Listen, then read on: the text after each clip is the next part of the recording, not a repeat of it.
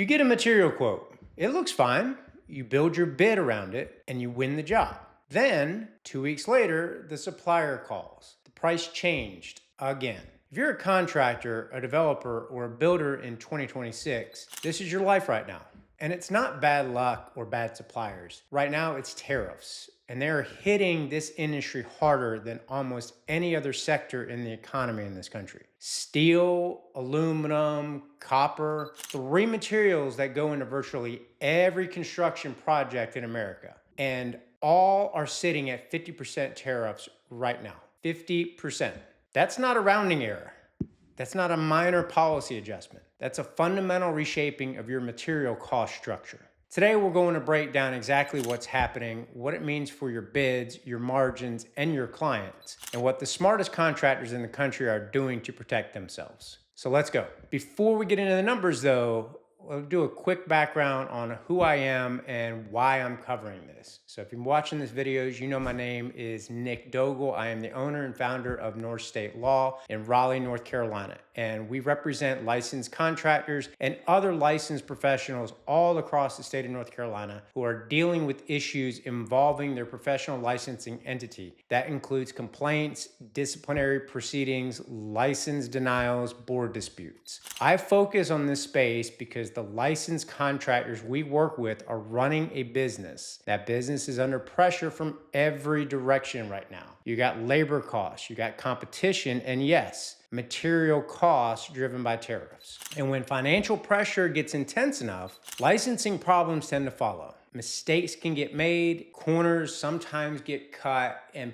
complaints sometimes get filed. Understanding what's happening on the cost side of this industry is part of understanding kind of the full big picture of what licensed contractors are dealing with in 2026. So let's break it down.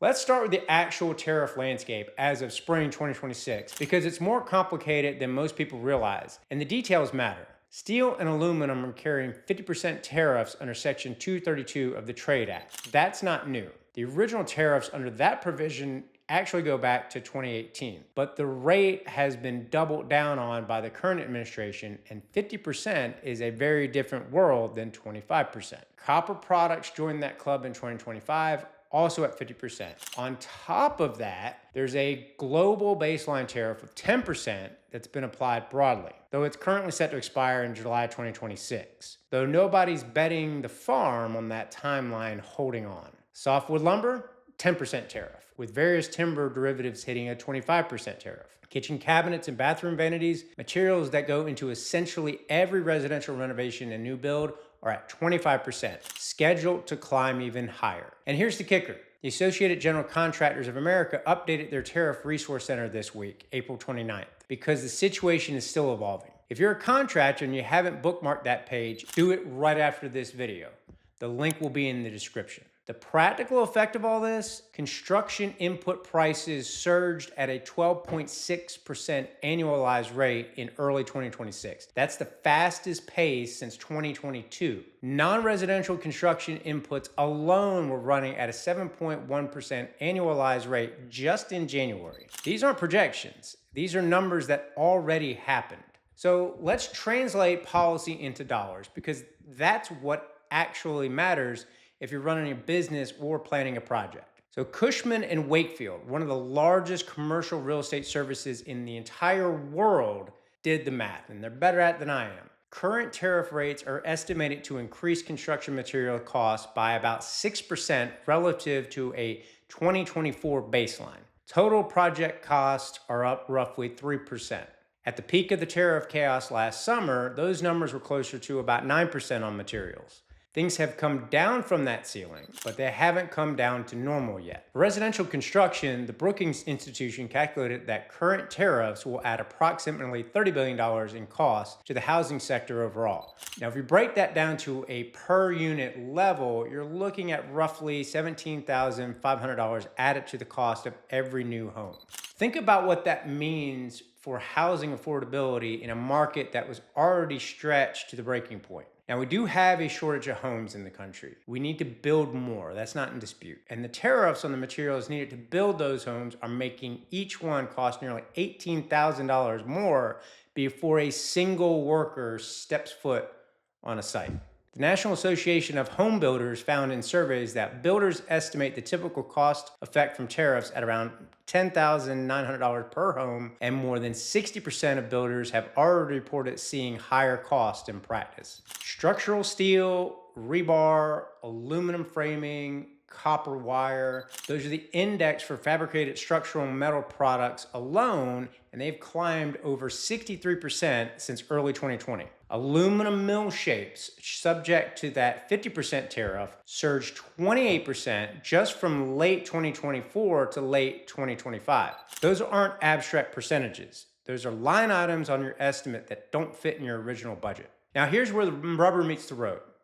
The AGC conducted a 2026 Construction Hiring and Business Outlook survey, and 53% of contractors listed material costs as one of their top concerns for the year. That's a majority of the industry pointing at the same exact problem. The dynamic that's really squeeging margins goes like this. You get a materials quote, you build your bid, you submit your bid, but bid prices for contractors have only risen about 2.7% over the past year, while input costs are running at 7% or more. That gap between what you're paying for materials and what you can realistically charge a client is where the margin goes to die. And the volatility compounds the problem. It's not just that prices are higher, it's that they keep changing. A supplier quote that was good like 30 days ago isn't necessarily good for 30 days anymore. Material prices are moving on announcements, on policy shifts, on trade negotiations. That makes long-term contracts genuinely dangerous if they don't have protection built in. The AGC CEO put it simply, quote, "The frequent increases in announcements about prospective tariffs have pushed up the cost of construction and made owners hesitant to commit to projects." And that hesitation is real. Some projects are getting delayed. Some are getting scaled back. Some are being canceled outright because the numbers simply don't work at current material prices. All right.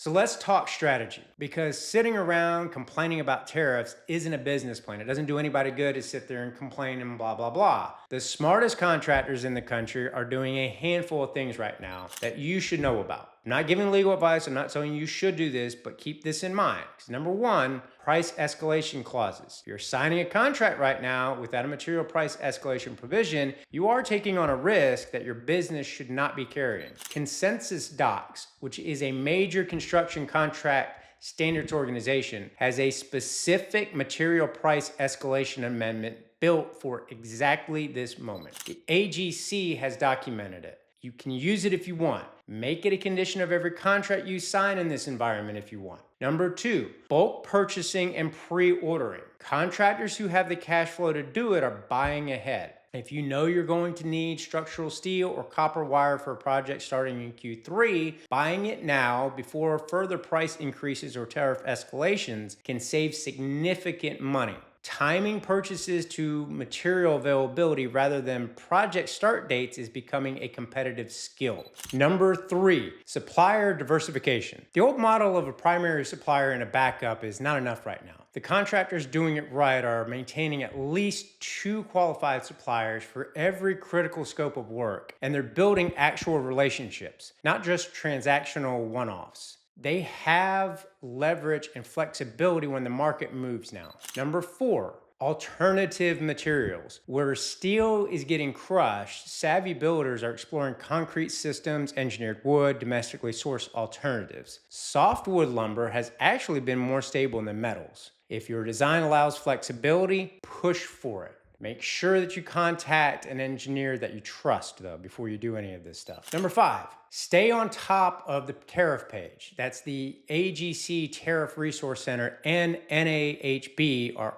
updating constantly. The rules are changing. An exemption that didn't exist last month might exist today. A workaround on a product classification might save you real money. This is not a set it and forget it environment. Can't do that. The honest reality is that tariff policy is going to remain fluid throughout 2026. USMCA revisions are expected to bring some clarity on North American trade, lumber especially, but broad uncertainty is the operating environment for at least the next several quarters. That means the contractors who survive and thrive in this environment aren't the ones waiting for things to stabilize. They're the ones who've built flexibility into their contracts, diversified their supply chain, and stayed close enough to the market to move when they need to. Tariffs aren't going to stop construction, but they are raising the floor on what everything costs. And they're separating contractors who've done their homework from those who have not. If this helped you, please subscribe. We put out content specifically for people in the trades and construction business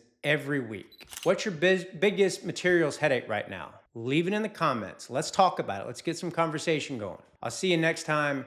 Keep building North Carolina. Thank you.